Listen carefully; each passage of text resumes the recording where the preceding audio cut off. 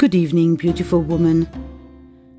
Welcome to Isaiah's Inspiring Evenings, a podcast full of goddess stories, witches' secrets, colours of women, and fairies' seasons to integrate serenity, abundance, joy, and magic into your life.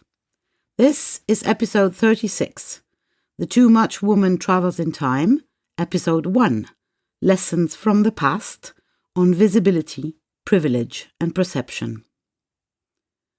I am Isaiah Bell, Creatrix, magical pragmatic inspiration mentor, tech goddess teacher, and traveling priestess, and this podcast aims to accompany you for peaceful and inspiring evenings. Isaiah's Inspiring Evenings is published very irregularly, and you will find more info and the references I am talking about on my website, isaiahbell.com. Subscribe to the podcast on the platform of your choice to be informed of the publication of each new episode. If you like this podcast, you can support it by leaving stars, blue thumbs, and reviews on whatever platform you listen to me.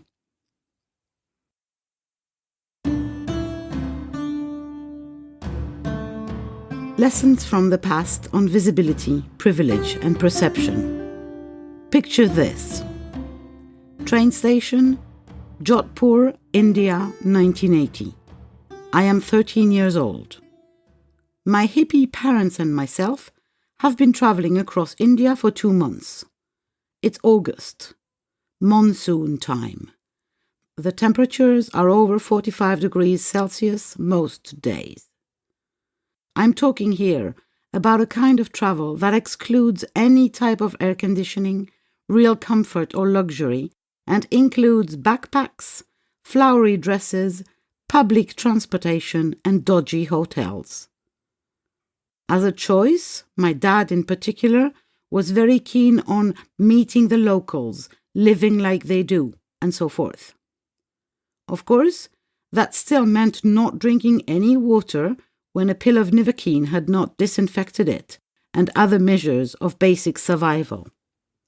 But anyway, back to my story.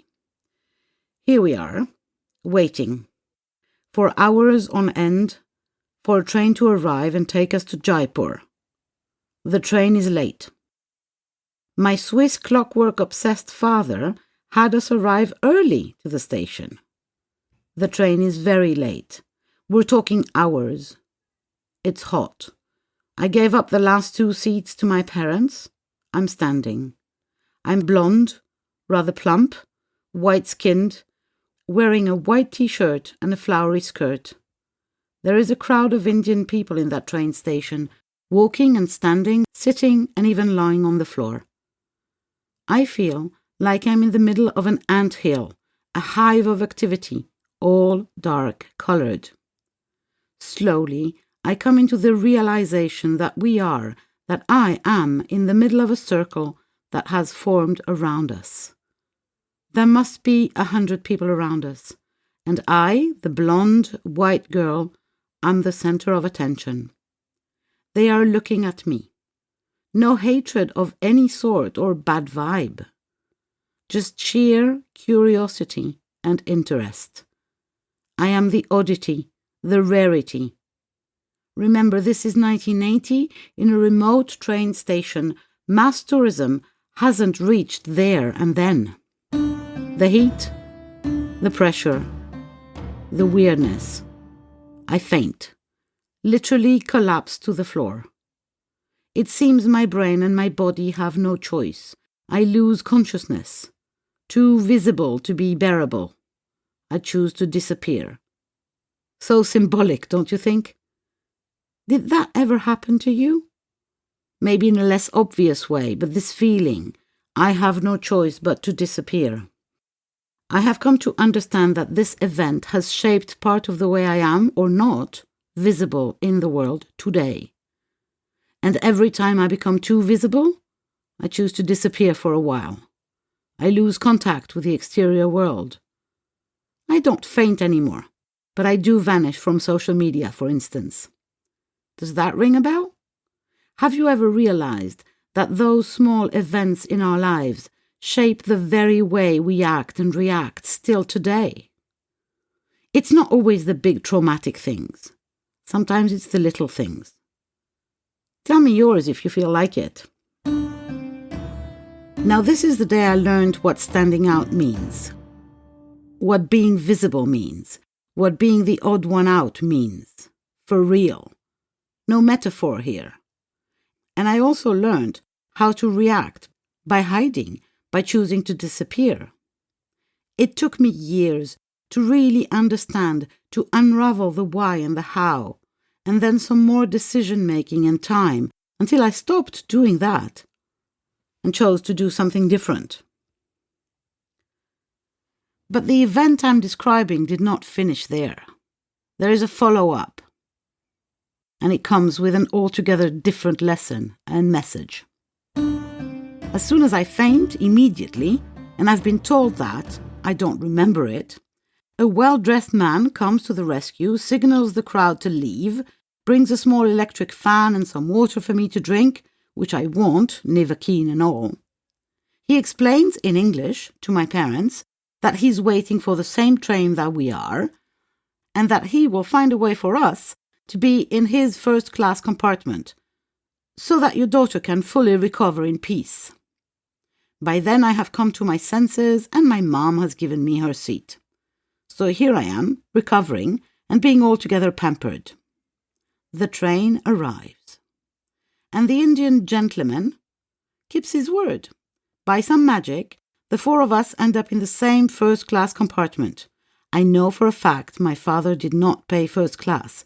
He would have felt such a traitor to his hippie values. And my mum and dad, very grateful nonetheless, start a conversation with the man. The train has not moved for an hour. We are still waiting for it to depart. The whole situation is quite friendly, and I can see my father relaxing. He seems to have finally found someone to talk to, a local that actually is interested in an intellectual exchange, not a mere commercial one. My parents had a lot of their hippie dreams ripped from them during this trip, and wait for more. At some point, a crippled, obviously very poor and very sick man, barely able to walk with old wooden crutches, who was passing by our train on the platform. This man literally collapses inside our compartment, on the floor. And the gentleman, the Indian man my father and mother had made friends with, the man who had dispersed the crowd, telling the people I needed air and to leave us alone, this friendly man, clearly a person of high caste, simply kicks the old, crippled, sick man out of the train. With his feet. Like you would a dog that has rabies. Like you wouldn't a dog, as a matter of fact. We are stunned, shocked, appalled. No words. Without doubt, the crippled man was an untouchable. And I am not here to discuss the virtues and vices of the Hindu religion and society. Just one thing. Privilege. This was the day. And remember, I was 13. I understood privilege. In my skin, in my bones, in my body. I was and am forever a privileged one, and there is nothing I could do or say that would change that. Nothing I did, nothing I had, nothing I was granted me this privilege. Sheer luck. I can never unsee or forget that event. I can never answer or forget my privilege. I know it in my cells now. And it comes with a huge responsibility. I will come back to this. What those two stories have in common is perception. Perception is everything. How I see the events, how I see the people around me, white, Indian, poor, rich, odd one out, or not. I create my world with my perceptions, and then with my reactions, with my actions. As from that day, I consciously decided to create a world where equality exists between humans, and I do, every day. I focus some of my energy on treating everybody in the same way, on challenging my bias, and I never, ever forget that this privileged status gives me a responsibility to act. Because I can, when others can't. Because I have a voice. Because I am white, rich, and free. So I do. Even when I feel I'm unhappy, not rich enough, discriminated against for being a woman, not free enough, less privileged than others, etc., I remember that old crippled man whose life seemed to have no value, whose mere existence had no worth, 40 years ago. And I cry and feel so freaking lucky.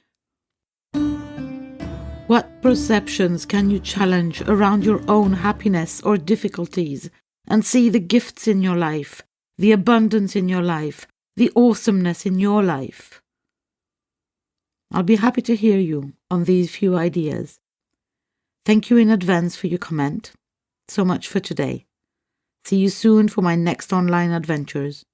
Until then, I send you love, light, and gratitude. Isaiah. That's it for this episode. The next one is still in creation. Thanks for listening, and don't forget, if you want to support this podcast, share, subscribe, and leave stars, blue thumbs, and a review on whichever platform you listen to. If you want to be accompanied in the change processes that life offers you, if you want to participate in the awakening of feminine energy in the world, if you want to live your life as a goddess, know the secrets of witches, and apply the rituals of fairies in your daily life, contact me on my website, isaiahbell.com. You can also subscribe to my newsletter to be informed of all the news in the real and virtual world of Isaiah Bell. You will, of course, find this podcast on all platforms, Google Podcasts, Apple Podcasts, Spotify, etc., but also on YouTube and on my site, isaiahbell.com, on the podcast page.